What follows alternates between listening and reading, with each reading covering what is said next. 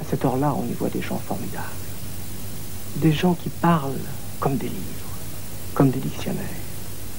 En prononçant un mot, c'est la définition de ce mot qu'ils donnent.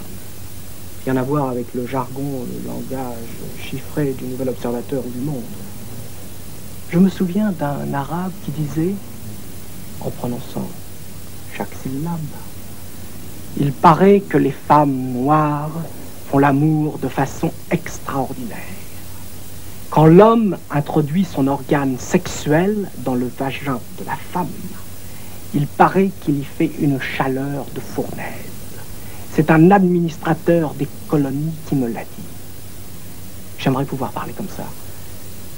J'y arrive peut-être un peu, mais j'aimerais y arriver complètement. Tout d'un coup, au milieu d'une conversation avec des gens, dire « Il paraît que les femmes noires font l'amour de façon extraordinaire. Quand l'homme introduit son organe sexuel dans le vagin de la femme, il paraît qu'il y fait une chaleur de fournaise. C'est un administrateur des colonies qui me l'a dit. » Parler avec les mots des autres, voilà ce que je voudrais. Ça doit être ça, la liberté. Je me souviens aussi d'un gardien de square qu'on prenait pour un flic, parce que sa tenue ressemble de très près à celle des policiers. Lui posait des devinettes. Il disait « Quel est l'arrondissement le plus sale de Paris ?» Alors les gens... Le premier? Non, ce n'est pas le premier. Le quatrième? Non, ce n'est pas le 4e arrondissement. C'est le 16e arrondissement. Alors les gens... Ah bon? Pourquoi? Parce que c'est là qu'on enlève la mère d'assaut. Il demandait aussi quel est le meilleur tiercé. Eh bien, c'est sa femme.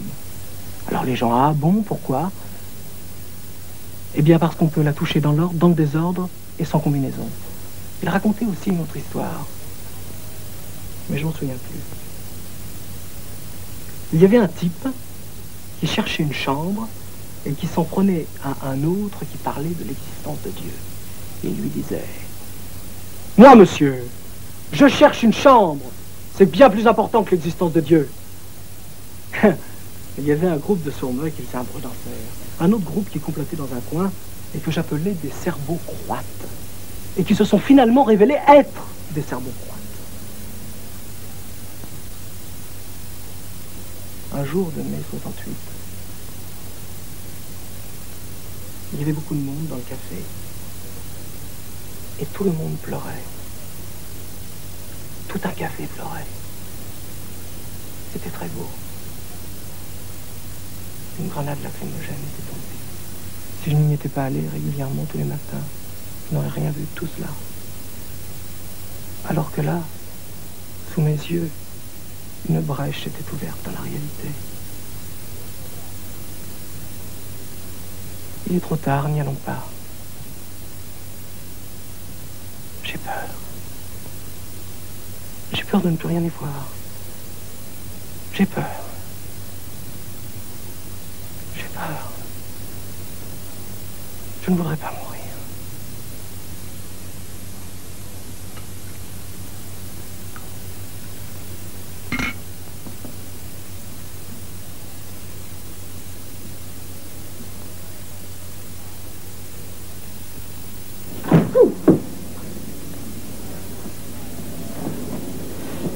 Quelle drôle de façon de faire un film.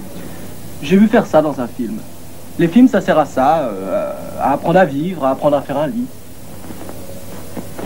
Vous devriez changer les draps, ils sont tous sales, il y a du sang. Ah non, je ne les changerai pas. Cela pourrait donner des soupçons.